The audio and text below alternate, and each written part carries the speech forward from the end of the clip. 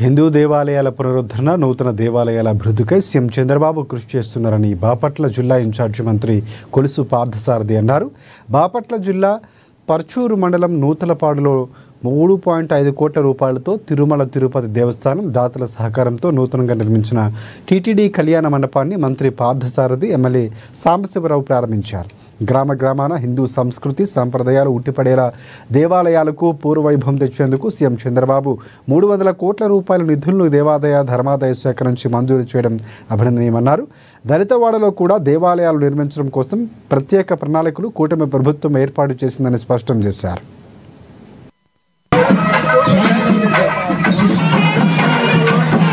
ప్రభుత్వం కూడా మన ప్రీత ముఖ్యమంత్రి చంద్రబాబు నాయుడు గారి నాయకత్వంలో మరి ఈ ఒక్క సంవత్సరంలోనే గుడుల్ని పునర్నిర్మాణానికి కానివ్వండి, కొత్త గుడి నిర్మించడానికి కానివ్వండి, దాదాపు 300 కోట్ల రూపాయలని ఇప్పటికే శాంక్షన్ చేసిన విషయాన్ని మీ దృష్టికి తీసుకొస్తున్నాను.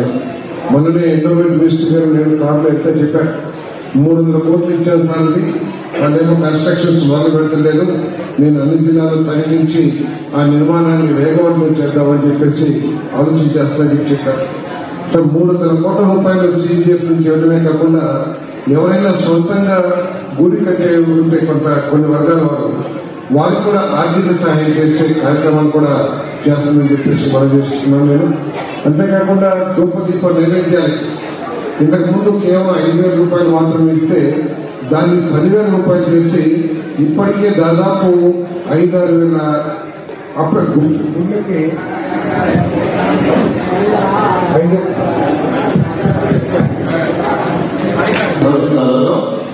అవి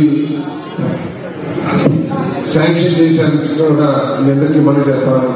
అంతేకాకుండా ఎండోమెంట్స్ చట్టాన్ని దాన్ని మార్చి అట్టడుగు వర్గాలకు కూడా ఈ హైందవ సాంప్రదాయంలో కానివ్వండి, లేదా ఈ గుడుల నిర్వహణలో కానివ్వండి, వాళ్ళను కూడా భాగస్వాములు చేయాలనే లక్ష్యంతో చట్టాన్ని మార్చి ప్రత్యేకంగా నాయి బ్రాహ్మణులకి ప్రతి గుడిలో కూడా కంపల్సరీగా డైరెక్టర్ పోస్టు లేదా మెంబర్ పోస్టు ఇచ్చే విధంగా చట్టాన్ని మార్చడం జరిగిందని చెప్పేసి మనం చేస్తారన్న.